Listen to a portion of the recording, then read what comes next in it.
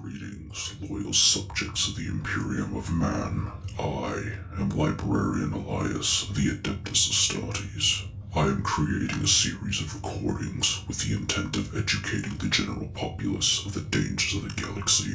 All of this information comes from the Lexicanum, provided to me by the Adeptus Mechanicus. I will be reading verbatim from their archives. This recording will cover one of the many foes the Imperium has. The accomplished astromancer of the Sautek dynasty, Orikan the Diviner. Orikan, also known as Orikan the Diviner, is a Necron Cryptek astromancer, able to calculate the events of the future from the pattern of the stars. He is currently in the service of the Sautek dynasty.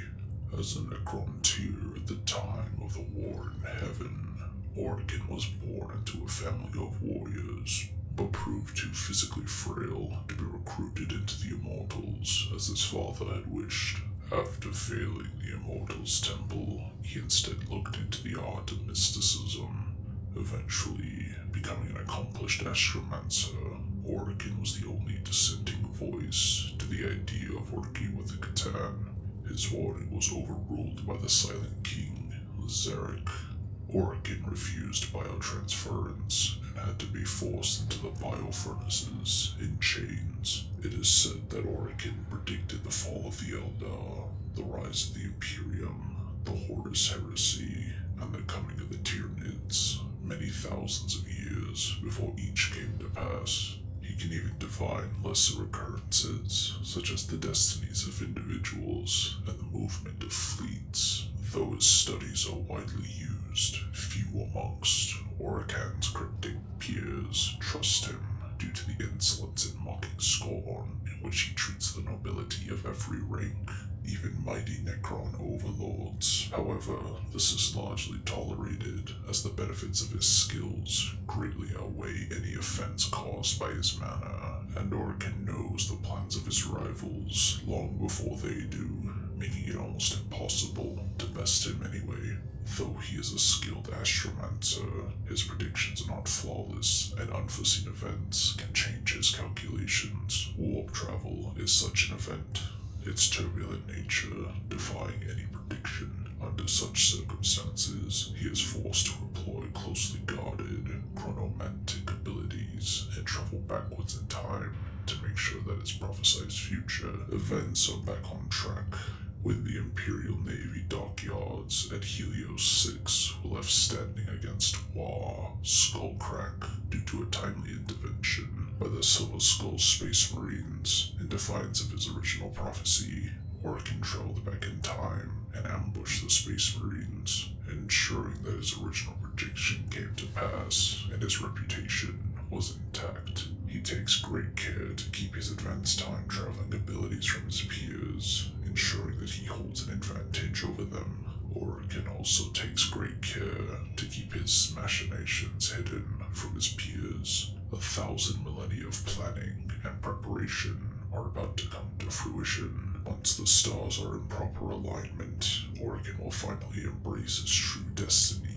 His physical form will become a vessel for celestial energies and transform him into a being of terrible power. The temporal traps he has set throughout the galaxy will activate, and Orikan will manipulate time itself to his advantage. Orikan sees the future of the Necron race as transforming into beings of pure energy, as opposed to regaining their organic forms. Orikan has a long-standing rivalry with trees in the infinite that began from their differing ideologies on the past and their agendas for the future. The two engage in a 10,000-year-long struggle over access to the tomb world of the famed Necrontyr overlord, Nepreth, on Serenade. During the many clashes between the two, Orikan was entombed on Serenade as it was subjected to Imperial exterminatus. It took Orikan over 100 years to dig himself out, but due to having to constantly reset time, and whenever he got caught again, the process for him took over 2,000 years. To dig himself out, Trazen and Orikan were forced to reconcile and join forces when it became apparent that Nepreth's tomb was a myth set up by the Shah of the Catan, the deceiver who had manipulated both into freeing him. Using an Eldar gemstone provided by treason, Orikan was able to transform into a godlike being of light to defeat the Catan Shard. However, despite their temporary alliance, he still swears revenge against treason.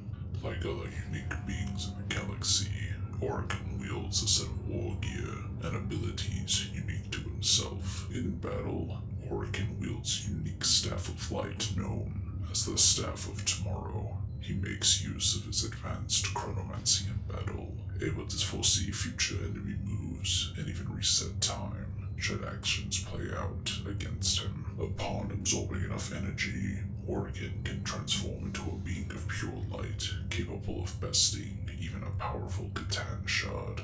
Orikan's personal ship is the Scythe-class Harvest ship, Zodiac's Fury. This concludes the information regarding Orikan. More in-depth information regarding him will be recorded at a later date. This is Librarian Elias, signing